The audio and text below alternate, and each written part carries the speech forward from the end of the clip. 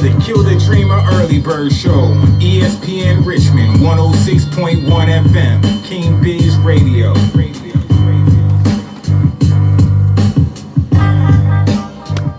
We are here, episode 2 of the Kill the Dreamer Early Bird Show. My guest is the legend, the pioneer, the OG, the guy that put Virginia hip-hop on the map, put Virginia MCs on the map, Grammy Award winning, the guy that looks over the mountain and comes back and tells us what's going on the other side, then says, come along, Mad Skillz. My brother. Man. How are you, sir? Oh, man. Congratulations. Congratulations. Thank you. Yeah, Thank you. Congratulations. That's the first time we've both been able to say that at the exact same time. Right. You know Nah, that's what I was in my thought. I was like, this is a congratulations and a thank you. Mm-hmm. Thank you for not only bringing me along, but bringing so many dope artists, musicians, poets, engineers along for this journey. For this achievement. Yeah. And it's just an amazing thing. It's still surreal for me. Mm-hmm. I know it's still surreal for you. Yeah. And we got a whole year to talk about it. Oh yeah, absolutely. Ain't nobody gonna get off in that category. I don't plan on stopping after a year. Ain't nobody gonna do nothing in that category for a whole year. Nah, that's a fact. That's a fact. It's a good victory lap. Yeah, it's amazing. And this show, we talk a lot about, kill the dream or live the dream, that whole lifestyle, the mantra. It's what does it take to realize these purposes, these dreams, and to live them out. And, on this show, I like to try to talk about what it takes for us to do that. Like, year before you were nominated, you didn't win. No matter how well emotionally intelligent you are as an individual, there's a level of disappointment that comes with losing, right? With getting that close and then not, sitting in the seat and not getting it. What was it that allowed you to persevere and say, you know what, I'm going to go back into the studio with a whole nother concept, a whole nother approach, and show back up? When you make art, you're not saying, this is gonna be Grammy nominated. Right. But, the whole thing is you still got back on the horse and got back to the dance and walked across. Well, you didn't walk across, but that's a whole other conversation. Right. But gets the trophy, right? Right. What does it take to overcome that disappointment element and get right back to it? I would say the first thing is to know your mission. Right. You know what I mean? Like, everything's not going to get you the bells and the whistles. Everything ain't going to take you to the big dance. But if that's the only reason you doing it, then that would root in your disappointment. I knew that the first album was very good in my mindset. I felt like it was worthy of the nomination 100%. And worthy of the win. But when we didn't get it, the first thing that popped into my mind was, okay, that was my story. Right. You know what I'm saying? Right. Like, nobody else could tell my story but me. But I knew it was more stories to be told. So for me, I was like, how can I, make this available to other people that I think are just as talented and, subsequently hold the door open. You know what I'm saying? Like, I kind of know some things now. I learned some things. But I also looked at the situation when I did win, like, I had to lose first. Right. You know what I'm saying? To appreciate the win. The rain and the sunshine. Yeah, I had to go through that first thing. Right. If I'd have won my first time, made it sweeter. It made it sweeter. And I remember talking to, I was talking to No ID. And I was telling, we was talking about the first album not getting a win. And he was like, man, listen, I did 444 with Jay, bro. And we got nominated 11 times. Oh, that's right. And we went 0 for 11. That's so right. I don't even want to hear you on my jack talking about you lost one little time. And I was like, I remember that. that's, you know what I mean? It's almost like you complaining about not having no shoes till you see somebody with no feet. Right, exactly. You know what I mean? So exactly. I spun the block, but I opened up the door to be influenced and to be ignited by my peers, and hopefully I would do the same for them, and we ended up winning. Absolutely, and I think also what you did conceptually with Words for Days is not only did you open up the floor for the story to be told by multiple people, but you opened up the door for the audience to relate on a very foundational level. Like there's no one that can say they don't relate to these feelings from Monday, from Sunday to Monday, right? Like it's actually one of the most relatable approaches that you can take to an album. And I think the execution of the feel of each day is what also made it. I won't say like everybody gets it culturally, but I think black folks for sure, you know what I'm saying? And I think there's a human level for everyone, right? There's a human level for everyone. I think sonically it might touch home for certain people more than others, you know what I'm saying? But I think from a foundational perspective of like what we all go through as individuals, as human beings from one day to the next, I think was executed perfectly, and I think that plays a big part also, and why making it relatable. That was definitely in my mind when it was time to buckle down and put it together, making it relatable, and to still make songs. Right, I think a lot of people forget that aspect of it. You still got to make a song. Right. It's still an album. Yeah, it's still an album that people gonna sit into and they gonna listen to. So putting those things together and then just hoping that it would inspire people and uplift people, and that's exactly what it did. 100%.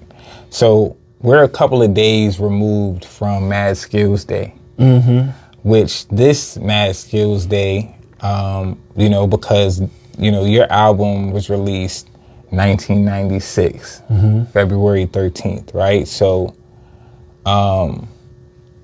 30 years. 30 years from where? What a full circle moment in winning your first Grammy, the same year that you reach a milestone of 30 years from when you can say that you made your stamp in the music world, right? This is like your official stamp. Not only that, it's also when you put Virginia hip hop on the map, right? 30 years from that point is when you win a Grammy. Right. So rewind back to 1996 and how you felt when you released your album. Like the day your album came out, that feeling. Like, because these are two hugely pivotal moments in your personal journey, but especially in your artistic and creative journey, right? Those are these are probably two of the most pinnacle feelings that we have as MCs or as artists. So tell me how that felt, and then kind of give me that on a level between the two. Like where does it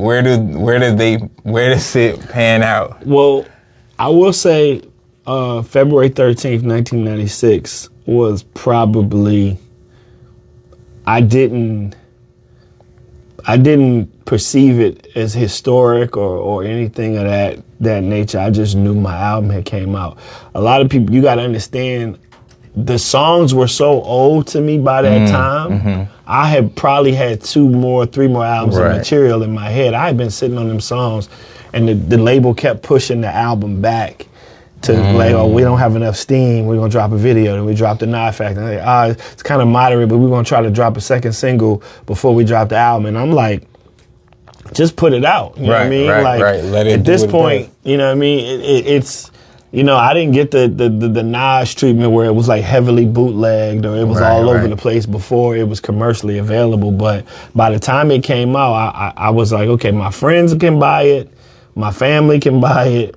And then it came out on the day where, it was 2 monumental, huge selling hip hop albums that day. You know what I'm saying? So the Fugees and Tupac dropped on the same day. So at that day, I knew I wasn't going to outsell either one of them. But somebody said, well, at least people going to the record store today. Right. So at least I knew that if a lot of people in Virginia would go and they would tell me like, yeah, man, I had to make a choice. Like I got you and I got the Fugees. You know what I'm saying? Because they was excited about Lauren and they was like, the Fugees is killing it. Like Pac over there on the West Coast, rah-rah and whatever. And it's highly publicized, but we got you. You know what I mean? So if I only got $20, the Fugees and Mad Skillz because I'm from VA. So at that point I was like, all right, cool, well. And my family members saying this. These people in my family. Like, you know what I mean? Like, I ain't getting Pac for coming to you. But, you know what I mean? So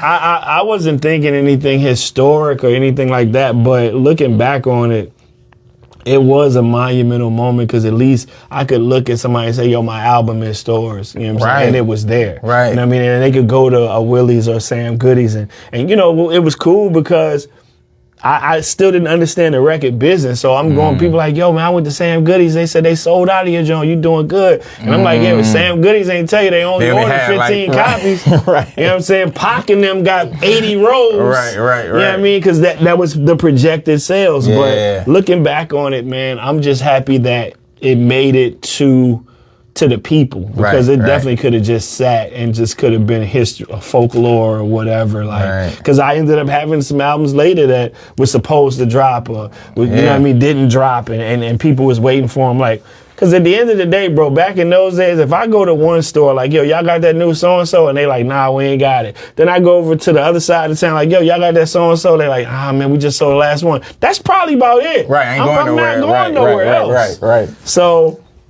it was monumental in that mindset of I'm like, at least my friends and my family can go to the store and see and get it. I mean, look, we are excited and we celebrate these albums being released on streaming and we don't have any gatekeepers to keep us from being able to do that, right? I go home right now and put a collection of songs together and send it to District Kids and it's out, right? And it's out. And I'm excited about it.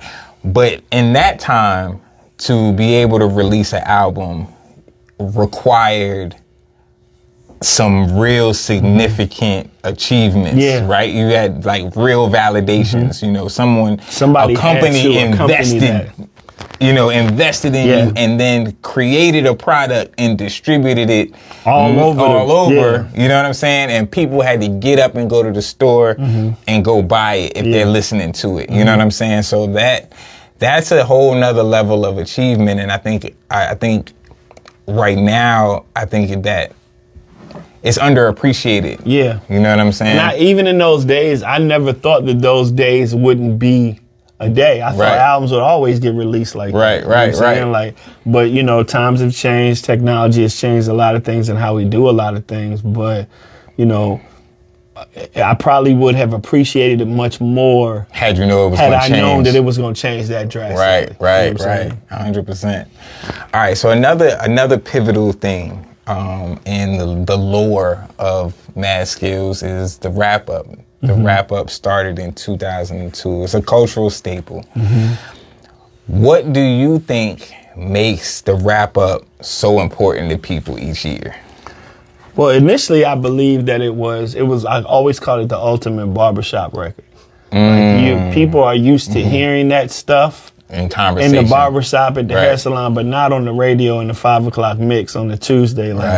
So you listen to somebody saying all of the things that you thinking, and you like, wow, yep, I agree with that. Yep, did. Like he sure did. You know what I mean? As a culture, for that song to resonate with people and make them react in a way that I didn't think was possible. You know what I mean? So for me to do it all of these years and I remember one time my cousin was telling me, like, I might have been 7 years into it, 8 years into it, and I was like, man, I don't want to just be known for this. Like, I was like, this is starting to feel like gimmicky. It's starting to feel like I don't, and I'm like, bro, I don't want to be 50 years old in Vegas doing wrap-ups. And he was like, I never forget, he said this to me. He was like, yo, if you 50 years old in Vegas and you still performing this song, that's actually a very good thing. Nah, real talk. And this before residencies was ever a thing. And no, not before no. See, here's the thing. Not before residencies were a thing. What we're seeing now is residencies for our artists. Right, for our legacy artists. You know what I'm saying? Where we never really, I'm not gonna say never, but we didn't have that wasn't ever culturally relevant to us. No, you know what I'm saying? If it was some black artists, it were older black artists or like, just kind of like outside. It wasn't nobody cool, right? So Usher, shout out to Usher for that because making it cool. He definitely made it cool. You know what I'm saying? And I think, because you used to just think, oh, Fat Elvis, or like even the white folks was like washed by the time you got it meant you was washed. It kind of meant you was washed. You know what I'm saying? Like now people can't wait to get a Vegas resident. You know what I'm saying? So it's like the way times change, man. And to do that song and people expect it from you, they want it from you. It's birthed all sort of imitations and variations of it. You know what I mean? And I just remember I was telling somebody yesterday, like, they was like, even after the Grammy win or whatever, like they was like, man, like look at how far, you come with what you do and that thing. And I'm like, that one little thing that I did for all those years that I was consistent about, whether you liked it, whether you thought this one didn't match up to the sex one, it's corny, he only do this, he only known for that. All of that led up to this moment 100%. Right here. You know what I mean? 100%. So for me, when I'm doing things and people like, yo, what? Like a poetry album? I mean, right. You know what I mean? So it's all them little things that y'all think ain't it. All of those things led me to this point to where you go, oh shit. Right. You know what I mean? Right. But so when people always be like, they try to delete the work in thinking that it's some sort of shortcut. Like somebody told my man, he was like, that nigga Skillz, that nigga me, he gonna get him a Grammy. Like, so you just think it's easy. Right. Like, because you're watching consistency. Right. And you looking at it as like it's not work. Right. Like, that's like me going in the gym and I watch you shoot and I'm like, that nigga beat me, he gonna hit a 3-pointer sometime. Right. No, nigga, I'm practicing. Right. So when the game is on the line, I don't even think about that shit twice. Right. Cause I've been doing this so much that when the crowd jump up and the team hold me up and we win the state championship, that's because I just stayed in here. And y'all like, bro, all you do is shoot threes. Right. Okay. Right. Nah, 100%. Like that's the consistency and it's the journey and it's the ability to shut out the noise that separates people from legacy and purpose, right? It's like, if you're constantly focused on the trend or you're constantly focused on what you see winning or you constantly focus on the outcome that you see, because everyone wants to replicate the outcome. Nobody wants to replicate the process. Right. Yep. The process is not sexy. The process is not attractive. And I tell people this all the time, like, you see things going on with me, you see certain kind of motion and things going on and like, oh, why are you always included in this, that, and the other? Whoop, whoop. And I'm like, even if there's anything that you see that I have or I've done that you want, I guarantee you if they sat it down on paper and said, here's the contract, and it was my journey to get to this, you wouldn't sign it. You wouldn't sign it. You would look at all of them this steps is a slave deal. And go, I gotta do all that. Right? I gotta wait this long. So you mean it's just not gonna happen over? Yeah. No. Now it's just for that. Just for that? just for that. What's crazy is when they try to cheapen it, Right. to make it seem like it's available to everybody. Like, oh, I mean, I see you won your little championship ring. Right. Nigga, it's a championship. Right. Like, no. You never thought that I could get it. Right. So the fact that I got it makes you feel like, oh, they give it to everybody. Well, go try to get it then. Right. You know what I mean? Right. Because actually, if this is what you want to do and this is what you love, you should be doing that anyway. Right. But I digress. Yes, as we must always. I digress. Because that's the thing, we get triggered real easy when you start talking about them folks. Because the spectator side of things has a lot of conversation points. You know what I mean? Everybody can talk, but not a lot of people are doing. I want to speak on, we come from, so we go as far as the Grammys, we go as far as albums, the artistry, like all of these things, but we come from emceeing, we come from like ciphers, battling, and like truly being like in the culture, and the lyricist part of it. Everybody knows, founder RBA Rap Elite, Southpaw Battle Coalition, the Multiverse. You were a judge for Clash of the Multiverse this past year.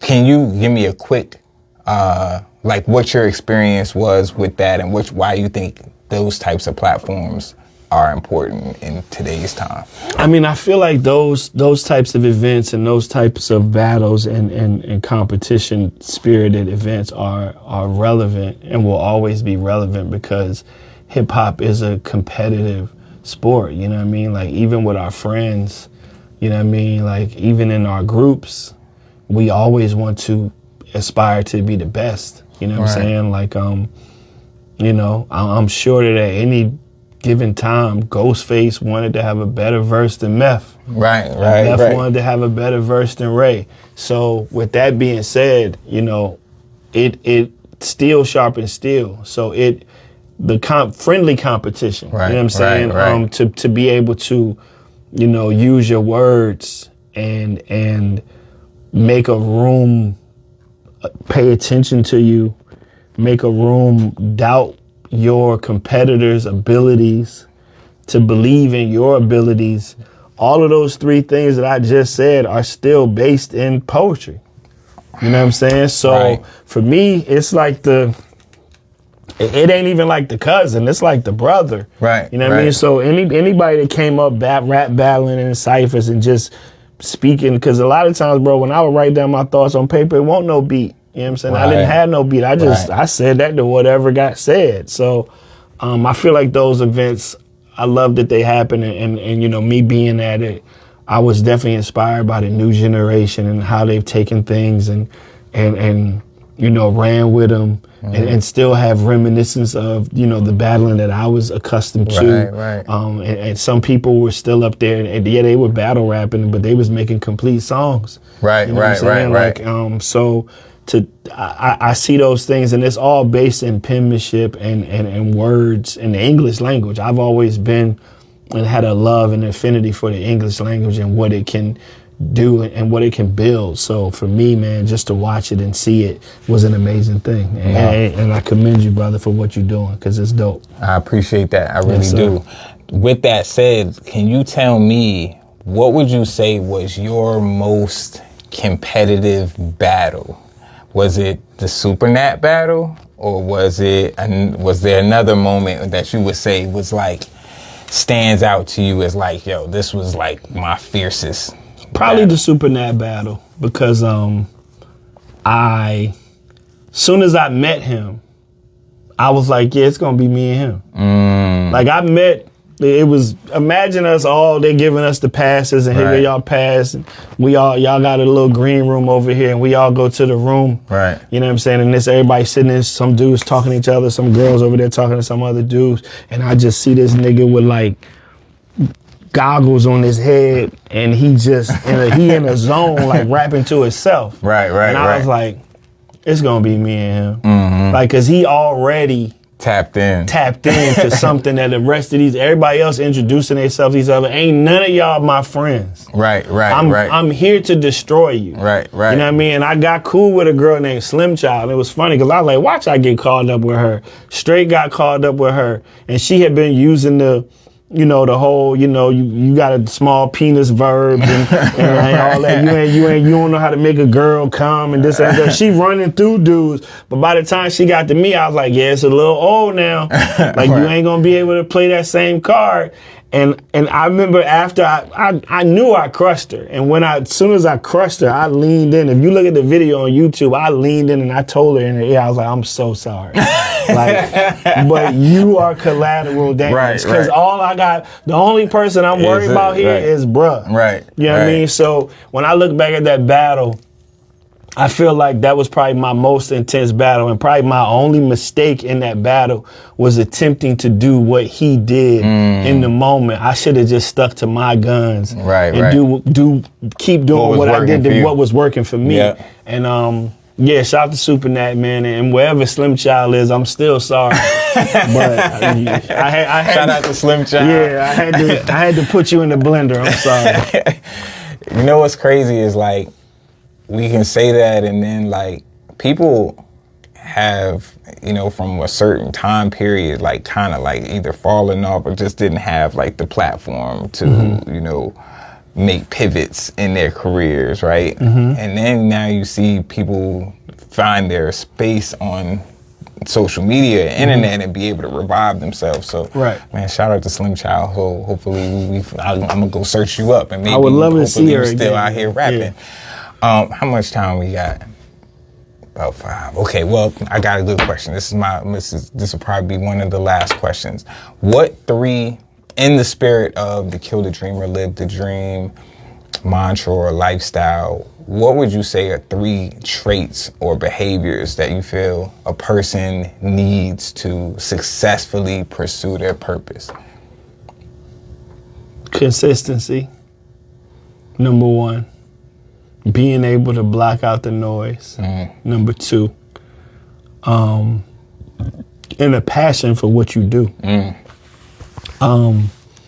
Nobody should have to tell you to go do that thing that you love to do. Right. It should come to you naturally. You should be looking at the clock at work, waiting to hurry up and get off so you can go work on that thing.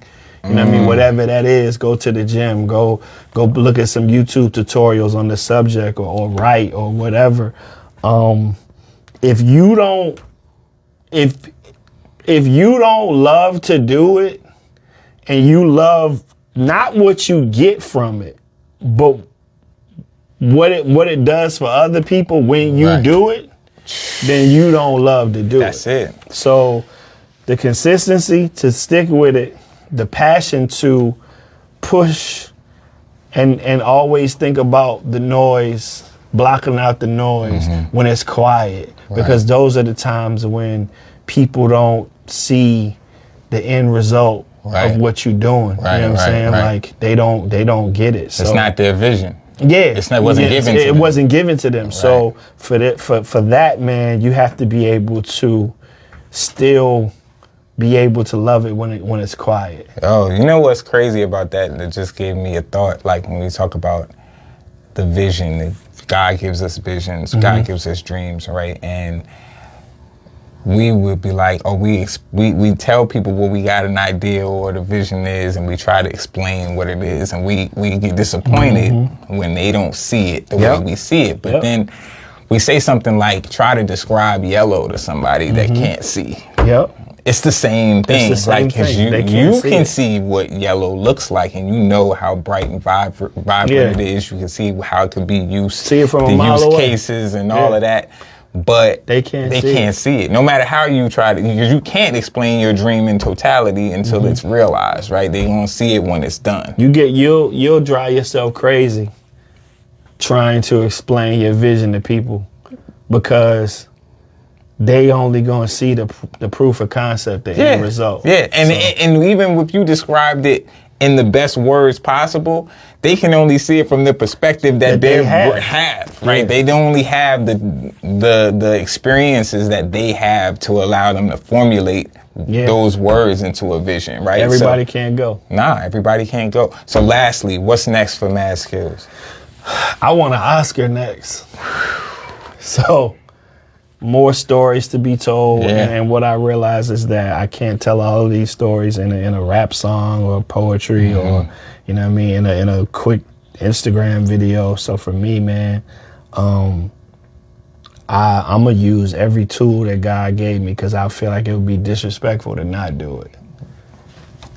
The question I had to skip, you had just answered it. So we've completed my objective. I just want y'all to know, like, y'all actually just watching brothers like pretend to do an interview. Like, we really just this is my brother, like, you know. And so I appreciate you taking the time brother, to come anytime, man, you already know, and do this. And appreciate Mike Biz for being the plug, and we appreciate ESPN Richmond for being the platform, and Kill the Dreamer Early Bird Show, episode 2. It's a wrap. Thank you for tuning in.